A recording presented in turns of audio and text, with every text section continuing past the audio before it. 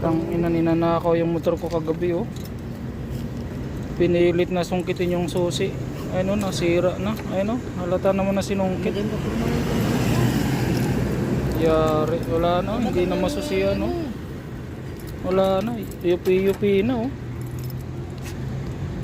Yupi-yupi na yung loob oh. Pero samon.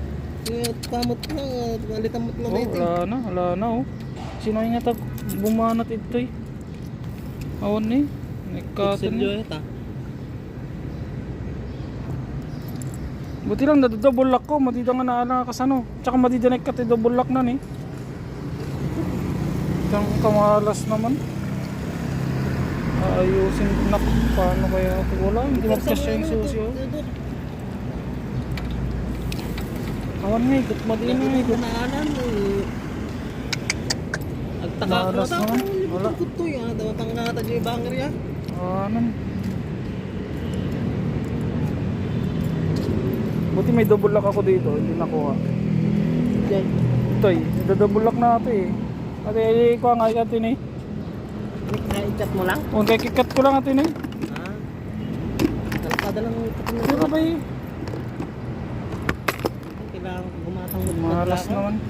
Ako, makatakot na magparking dito ah. Dito lang yan, sa may kon. Hanapin nga kon. Ayun, likod ng Manila Peninsula. Santo Tomas. Likod ng Manila Peninsula. 7-Eleven. Free parking kasi paggabi dito eh. Pero yari, nayupi-yupi oh, sinungkit. Oh, wala na, hindi na magkasya yung susi. Ay, yari.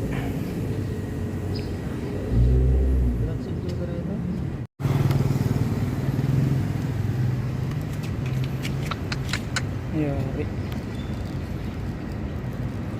Muntik ng manakaw.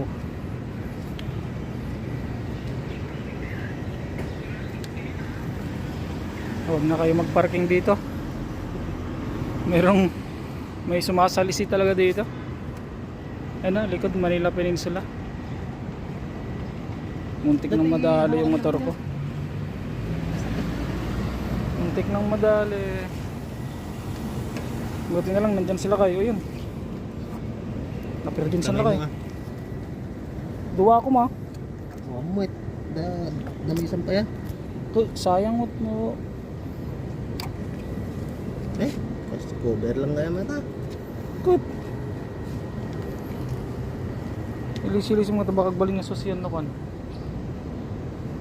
Inutan tip yan.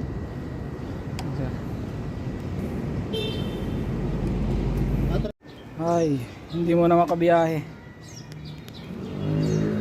Oh, yung ulo. Tinanggal ko muna. Ayan, pinatulak ko na lang hanggang dito sa boarding. Ayan o. So hindi tayo makakabiyahe ngayon. Ayan o. Sirang susian. Binalak na kawin. Pinalak na kawin dun sa pinagparkingan ko. Buti na lang hindi natangay. Kasi may kadena ako dito. Ayan o. Sayang. Buti hindi na lang nawala. Pasalamat na lang ako kasi hindi nila nakuha itong motor.